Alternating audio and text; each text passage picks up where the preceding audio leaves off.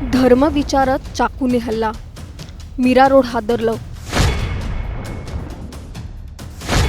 ISISचा संदर्भ, चिठ्ठ्या आणि कट्टरतावादी मजकूर.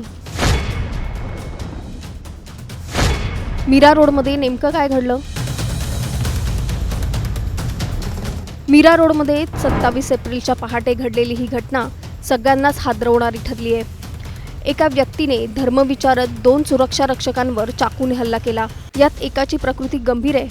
पण या प्रकरणाला अधिक धक्कादायक वळण तेव्हा मिळालं जेव्हा आरोपीकडून संशयास्पद नोट्स आणि कट्टर विचारांचे संकेत समोर आले. नेमकं काय आहे या हल्ल्यामागचं रहस्य? त्यामागे काहीतरी मोठं, भीषण आणि धक्कादायक कट दडलाय का? धर्म विचारून हल्ला, ISISचा संदर्भ आणि आरोपीचं संशयास्पद वर्तन. नेमकं काय घडलं त्या रात्री? हे सगळं जाणून घेण्यासाठी हा व्हिडिओ शेवटपर्यंत पाहत राहा आणि टाइम्स नाऊ मराठीला लाईक, फॉलो आणि सबस्क्राईब करा. 27 एप्रिलची पहाट, वेळ साधारण 4ची. मीरा रोड पूर्वेतील नयानगर परिसर शांत झोपेत होता. पण अचानक त्या शांततेला भेदत एक भयंकर घटना घडली, जे ऐकून सगळेच हादरले. एका बांधकाम सुरू असलेल्या इमारतीवर काही सुरक्षा रक्षक कामावर होते. त्यापैकी सुब्रतो सेन आपल्या कामाच्या ठिकाणी उभे होते. रात्री साधारण 3च्या सुमारास एक अनोळखी व्यक्ती त्यांच्याजवळ आली. त्याने अगदी साध्या आवाजात विचारलं, "इथे जवळ मशीद कुठे आहे?" सेन यांनी त्याला दिशा दाखवली. पण त्यानंतर लगेचच त्या व्यक्तीने पुढचा प्रश्न विचारला, "तू हिंदू आहेस का?" त्या व्यक्तीचा प्रश्न सेन यांना थोडासा विचित्र वाटला. पण सेन यांनी होकारार्थी मान हलवत हो म्हटलं. त्यानंतर तो माणूस तिथून निघून गेला. पण तो तिथेच आजूबाजूच्या परिसरात रेंगाळत राहिला. साधारण 1 तास उलटला आणि पहाटे 4:30च्या सुमारास तोच माणूस पुन्हा परत आला. यावेळी त्याने थेट सेन यांचा हात पकडला आणि पुन्हा धर्म विचारला. सेन यांना काही समजण्याआधीच त्याने स्वतःजवळचा चाकू काढला आणि थेट हल्ला केला. सेन यांच्या पाठीत त्या हल्लेखोराने वार केला. अचानक झालेल्या हल्ल्याने सेन हादरून गेले. पण स्वतःचा जीव वाचवण्यासाठी त्यांनी हल्लेखोराच्या हातातून आपला हात कसाबसा सोडवत तिथून पळ काढला. सेन थेट तिथले सुपरवायझर राजकुमार मिश्रा यांच्या केबिनकडे धावले. हल्लेखोराने सेन यांचा पाठलाग केला आणि तो सेन यांच्या पाठोपाठ केबिनच्या आत शिरला. केबिनमध्ये त्याला राजकुमार मिश्रा दिसले. हल्लेखोराने पुन्हा तोच प्रकार केला. "तू कोणत्या धर्माचा आहेस?" मिश्रा उत्तर देण्याआधीच हल्लेखोराने त्यांना कलमा म्हणायला सांगितला. पण मिश्रा यांना त्यावर उत्तर देता आलं नाही. यावर चिडलेल्या हल्लेखोराने मिश्रा यांच्यावर थेट चाकूने हल्ला केला. हल्ला इतका भीषण होता की यात मिश्रा यांच्या पोटावर खोल जखम झाली. या हल्ल्यात अक्षरशः मिश्रा यांचं आतडं बाहेर आलं आणि ते गंभीर जखमी झाले. त्यानंतर तो हल्लेखोर तिथून पसार झाला. सेन यांनी जीव वाचवण्यासाठी केबिनच्या मागच्या बाजूला पळ काढला आणि लपून बसले. काही मिनिटांनंतर सेन यांनी मिश्रा यांना फोन केला. तेव्हा ते रडत होते. "मी वाचेन का?" अशी भीती त्यांच्या आवाजात होती. दरम्यान स्थानिक लोकांनी धाव घेतली आणि गंभीर जखमी झालेल्या मिश्रांना तात्काळ रुग्णालयात नेलं. मिश्रा यांच्यावर तातडीने शस्त्रक्रिया करण्यात आली. सध्या त्यांची प्रकृती स्थिर असल्याचं सांगितलं जातंय. या घटनेनंतर पोलिसांनी तात्काळ तपास सुरू केला. बांधकामाच्या साईटवर असलेले सर्व CCTV तपासले गेले आणि CCTV फुटेजच्या आधारे आरोपीची ओळख पटली. आरोपी झैब जुबेर अन्सारी, वय 31 वर्ष आणि फक्त 1.5 तासात पोलिसांनी झैबला बेड्या ठोकल्या. पण खरी धक्कादायक माहिती तर त्यानंतर समोर आली. जेव्हा पोलिसांनी आरोपी झैबच्या घराची झडती घेतली तेव्हा त्यांना काही संशयास्पद गोष्टी त्याच्या घरात सापडल्या. यात हाताने लिहिलेल्या चिठ्ठ्या होत्या, ज्यात ISISचा उल्लेख होता. कट्टरतावादी मजकूर लिहिण्यात आलेला होता आणि एक नोट सापडली, ज्यात त्याने लिहिलं होतं की हा हल्ला म्हणजे त्याचं पहिलं पाऊल आहे. काही नोट्समध्ये ISISच्या समर्थनार्थ शपथ लिहिल्याचा धक्कादायक प्रकार आढळलाय. एवढंच नाही तर आरोपीने मोबाईल फॉर्मॅट केला आणि दुसरा मोबाईल फेकून दिल्याची माहिती समोर आली आहे. याशिवाय भारतीय चलनाच्या नोटांवरही काही विचित्र आणि धोकादायक संदेश लिहिलेले आढळले. Lone wolf will pounce, real jihad in Hind. हे सगळं पाहून दहशतवाद विरोधी पथकाने तपास आपल्या हाती घेतलाय. आरोपीचा mobile, laptop, browsing history, call record सगळं तपासलं जात आहे. आरोपीबद्दल आणखी एक गोष्ट समोर आली आहे. आरोपी झैब हा तब्बल 19 वर्ष अमेरिकेत राहिला होता।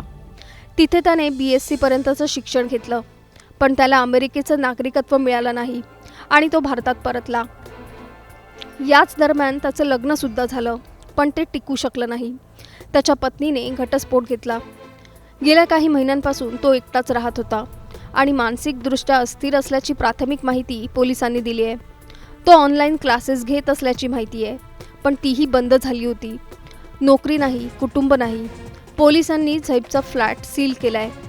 सध्या आरोपी झैबला कोर्टात हजर करण्यात आलं असून 4 मे पर्यंत पोलीस कोठडी देण्यात आली आहे। दरम्यान या घटनेनंतर मीरा रोडमध्ये तणावाचं वातावरण आहे। धर्म विचारून हल्ला केल्याचं कळताच हिंदुत्ववादी संघटना सुद्धा आक्रमक झाल्यात। नया नगर में जो घटना हुई है इसमें TCS वाला एंगल भी निकल के आ सकता है।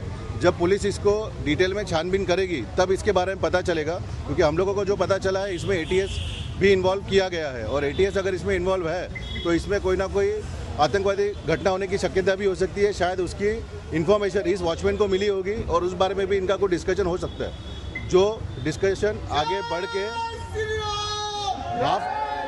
उसकी जान लेने तक चला गया है। तो अब जब इसको पुलिस डिटेल में छानबीन करेगी या अपनी TCS की जो अपने ATS की टीम इसकी डिटेल में छानबीन करेगी तब इससे पता चलेगा कि सच में क्या हुआ है। जो पहलगाम में हमला हुआ उस हमले से प्रेरित होकर ये हमला हुआ है मीरा रोड नया नगर में। तो इस पर कड़ी से कड़ी कानूनी कार्रवाई हो और जो जिसने भी ये किया उसका इनकाउंटर हो। हमारी मांग यही है, अगर ये इनकाउंटर नहीं होता या कार्रवाई नहीं होती सख्त तो हिंदू समाज पूरा मीरा रोड बंद करेगा। पूरा मीरा रोड में जगह जगह पर प्रदर्शन करेगा हिंदू समाज, अगर कार्रवाई कड़ी नहीं होती है तो। रात को मीरा रोड के हद में एक घटना घटित हुई जिसमें 2 हिंदू व्यक्तियों को धर्म पूछकर चाकू से वार किया गया एक मुस्लिम व्यक्ति द्वारा। तो ऐसे हमें घटना की खबर आई है। इस घटना की पुष्टि तो नहीं करता हूँ, लेकिन सीनियर PI से हमारी बात हुई है और पुलिस के आला अधिकारियों से बात हुई है कि ऐसी घटना हमारे सामने आई है। तो बस उनसे निवेदन है कि 307 और UAPA के तहत उनके ऊपर मुकदमा दायर हो और कठोरतम से कठोरतम उनके ऊपर कार्रवाई हो, उनको तुरंत सलाखों के पीछे भेजा जाए। या घटनेवर आमदार गोपीचंद पडळकर यांनी तीव्र निषेध व्यक्त केलाय। धर्म विचारून मारण्याची प्रवृत्ती खपवून घेतली जाणार नाही, असं पडळकरांनी ठणकावून सांगितलंय। ज्यांनी हे नीचपणाचं कृत्य केलेलं आहे त्याला कठोरातली कठोर शिक्षा देण्यासाठी सरकार सक्षम आहे, परंतु या सगळ्या बाबीच्या खोलापर्यंत तिथल्या पोलिसांनी जावं। ही अशीच बाब घडली नसणार, ह्याच्या पाठीमागं कोण आहे त्या सर्वांचे धागेदोरे तपासण्याची गरज आहे। धर्म विचारून वार करणं म्हणजे यांची मगरुरी इतक्या मोठ्या प्रमाणात वाढलेली आहे। ही मगरुरी कुठंतरी आता थांबवावी लागेल। दिवसेंदिवस अशा पद्धतीच्या घटना करण्याचा प्लान वेगवेगळ्या पद्धतीनं या लोकांचा आहे। मीरा रोडच्या घटनेवर मुख्यमंत्री देवेंद्र फडणवीस यांनी हे प्रकरण सेल्फ रेडिकलायझेशन असल्याची प्रतिक्रिया दिली आहे। मुळामध्ये एकूण हे जे प्रकरण आहे हे बघितलं तर सेल्फ रेडिकलायझेशनचे प्रकरण आहे। मोठ्या प्रमाणात पुस्तकं, साहित्य, इंटरनेट या माध्यमातनं रेडिकलायझेशनचा जो प्रयत्न आहे त्या प्रयत्नातनं हा जो व्यक्ती आहे, आरोपी आहे, हा तयार झालेला दिसतोय। त्यामुळे याला केवळ काहीतरी आपल्याला जिहाद करायचा आहे आणि जिहाद करायचा म्हणजे इतर धर्मियांना मारायचं आहे अशा पद्धतीच्या विचाराने पेटून त्यांनी हे कार्य केलेलं आहे। त्याला पकडलेलं आहे। आता ATS आणि NIA ची मदत घेऊन या रॅडिकलायझेशनच्या पाठीमागे कोण कोण आहे हे देखील या ठिकाणी शोधण्यात येईल। याचं कुटुंब हे परदेशात आहे, ते अमेरिकेमध्ये आहे। हाही अनेक वर्ष परदेशात राहिलेला आहे। त्यानंतर इथे आल्यानंतर पहिल्यांदा कुर्ल्यामध्ये आणि त्याच्यानंतर नवानगरला तो राहायला आला। त्यामुळे आता याच्या पाठीमागे कोण कोण आहेत, याच्या लिंकमध्ये कोण कोण आहेत, अजून कोणी असे रॅडिकलाइज झाले आहेत का, या सगळ्या गोष्टी ज्या आहेत त्या आता तपासामध्ये पुढे येतील। मीरा रोडमधील हा हल्ला खरंच फक्त एका व्यक्तीच्या मानसिक अस्थिरतेचा परिणाम आहे का, की यामागे काही मोठं आणि धोकादायक जाळं दडलंय? धर्म विचारून हल्ला करणं ही फक्त योगायोगाची बाब आहे की समाजात भीती पसरवण्याचा ठरवून केलेला प्रयत्न? आरोपीकडून सापडलेल्या ISIS संदर्भातील नोट्स या केवळ वैयक्तिक विचारांचा भाग आहेत की तो खरंच कोणत्या तरी कट्टर संघटनेच्या प्रभावाखाली होता? पहिलं पाऊल असं त्याने लिहिलं, मग पुढचं पाऊल काय असणार होतं? इतकी वर्ष परदेशात राहिलेला सुशिक्षित असलेला व्यक्ती अचानक इतका टोकाचा कसा बनतो? समाज, परिस्थिती, एकटेपणा की काहीतरी वेगळंच कारण? तुम्हाला काय वाटतं? तुमचं मत आम्हाला खाली कमेंट करून नक्की सांगा आणि चॅनलला सबस्क्राईब करा.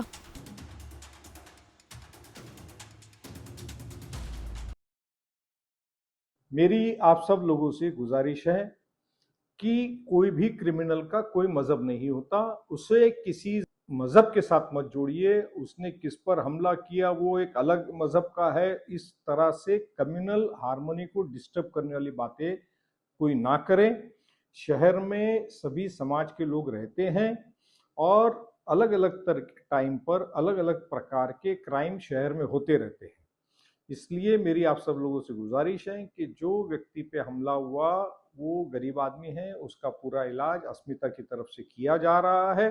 मैं और एक बात आपको बताना चाहता हूँ इस शहर में कि हमारी जितनी सेटअप्स हैं, चाहे अस्पताल है, मस्जिद है, मदरसा है या हॉस्पिटल है या स्कूल है, ये तमाम जगहों पे 95% हमारे हिंदू समाज के भाई पिछले 40 साल से हमारे पास काम करते हैं. तो समाज के अंदर हिंदू और मुसलमान की भेदभावनाओं की बात इस मसले को लेकर नहीं करना चाहिए. जो आरोपी है उस पर कड़क से कड़क कार्रवाई होनी चाहिए. ऐसी सूचना पुलिस को हमने दी है और पुलिस पूरा तरकीब से अपना काम उसमें करेगी और कहीं पे भी लापरवाही नहीं बरताई जाएगी. मेरी ये सारे सोसाइटीज़ को भी ये सूचना है कि एक वक्त था कि हम सोसाइटी से कहा करते थे कि आप जो भी लिव इन लाइसेंस पे आता है रहता है उसका पुलिस क्लियरेंस लीजिए, उसका रेफरेंस चेक कीजिए. ये एक बढ़ता हुआ शहर है, किसी की कोई गारंटी नहीं है कि कौन कहाँ पे क्राइम किया है, कौन कहाँ आकर के रहेगा. चाहे किसी कम्युनिटी का, समाज का व्यक्ति हो, सोसाइटी मैनेजिंग कमिटीज ने उस व्यक्ति का, उस परिवार का रेफरेंस चेक करना ज़रूरी है. पुलिस के पास से पुलिस क्लियरेंस सर्टिफिकेट उनसे मंगाना ज़रूरी है.